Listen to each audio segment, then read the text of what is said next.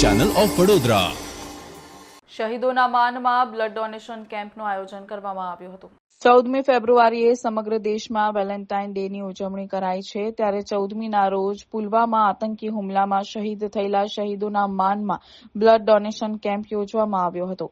આજ રોજ અખિલ ભારતીય વિદ્યાર્થી પરિષદ દ્વારા 14મી ફેબ્રુઆરી એટલે કે શહીદ દિવસ તરીકે જાણીતો છે, તેના અંતર્ગત 16 ફેબ્રુઆરીના દિવસે ઇસ્કોન મંદિર ખાતે બ્લડ ડોનેશન કેમ્પનું આયોજન કરવામાં આવ્યું હતું, જેમાં રક્તદાતાઓનો સારો પ્રતિસાદ મળ્યો હતો। વહેલી સવારથી જ લોકો રક્તદાન માટે એકત્રિત થયા હતા, તેમાં 45 થી 50 યુનિટથી વધુ બ્લડ ડોનેટ કરવામાં આવ્યું હતું અને બ્લડ યુનિટ એકત્રિત કરાયું હતું।